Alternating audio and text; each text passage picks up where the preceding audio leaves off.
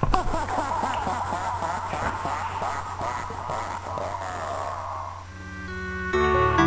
everyone, and welcome to another Same Name Different Name, and this time it's Disney's Aladdin. Now interestingly, there's 5 versions of Disney's Aladdin on the NES, the Master System Game Gear, the Mega Drive and the SNES, and they all are actually different to each other. We're only going to be looking at 2 of them today, the Mega Drive and the SNES. So let's take a look at the Mega Drive one first. Now this was developed by Virgin in collaboration with Sega.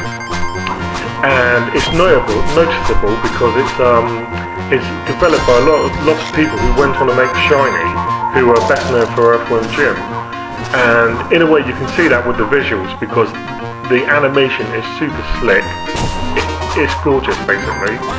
And it was worked on by Dave Perry, who obviously everybody knows as, you know, the guy behind Earthworm Jim with Doug Tempanel, I think it is. So anyway, as you can see, it's absolutely superb animation, really nice, bright, cartoony visuals that do a great job of capturing the spirit of the actual movie. You've got a nice little scimitar, so you can basically go around and hack the hell out of anybody who gets near you. Pick up a few apples and you can use those as get up. Sorry, but the animation is really terrible. I mean, look at it, it's just absolutely brilliant. So good, super slick. And again, you know, you can see why Earthworm Jim became such a success. And you look at, to be fair, if you look at a lot of Chinese games from the 16-bit era, and they're all absolutely superb. I mean, it's quite interesting because Dave Perry once told us that one of the biggest problems Shiny had was that when you had to move from 2D to 3D, they really did suffer because the guys they had employed were like 2D artists first, i.e. you know, just artists, and video game developers second. So they really struggled when they basically moved over to the third dimension.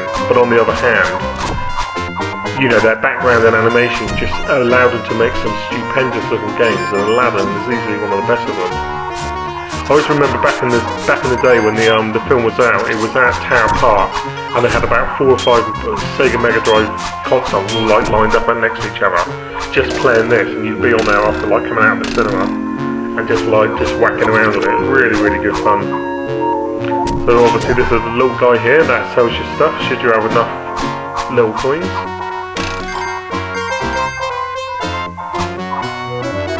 Again, look at the animation on that card. Absolutely beautiful. I mean, in a way, this is what frustrates me so much with brand new games. You know, yeah, it's great to have 3D, but you know, when you think about, you know, how good could something like, I don't know, a new Castlevania would look if it was done in proper high-res 2D. I know we've had Rebirth recently, but there's so much scope for utterly amazing 2D games, and you know, it just doesn't happen. You'll get them occasionally on Xbox Live Arcade, but it's not enough for me. So again, here's the second stage. Again, nice humorous moments. Look at that. Oh, this game is so good.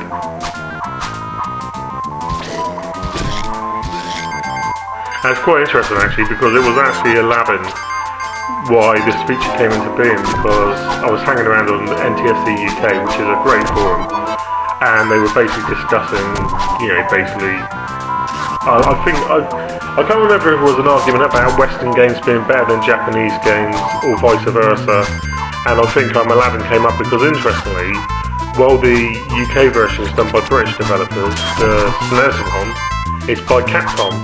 So obviously there was quite a few people there being in NTSC forum going on about how great the SNES version was. So we'll have a look at it now and you can see for yourself. Now personally, I'm not that too keen on it. The graphics are really nice. I don't think the animation's anywhere near as slick. You know, there are nice little touches, like obviously Apu the monkey follows you around, it looks a lot nicer. But I don't know, just doesn't really excite me. I mean, a lot of it could be that I just didn't play it originally when it first came out, because you know, nostalgia does come into it when you play retro games. But it's just a little slow, far far too slow, and I don't really like the gameplay mechanics, because obviously in the Mega Drive one you have access to a sword, so you can run around hacking up things, and in this, as you can see, it's all about basically jumping on their heads, you know, nice unoffensive stuff, and it's clever, but I don't know, I just can't really get excited about it. So here we are a little later on.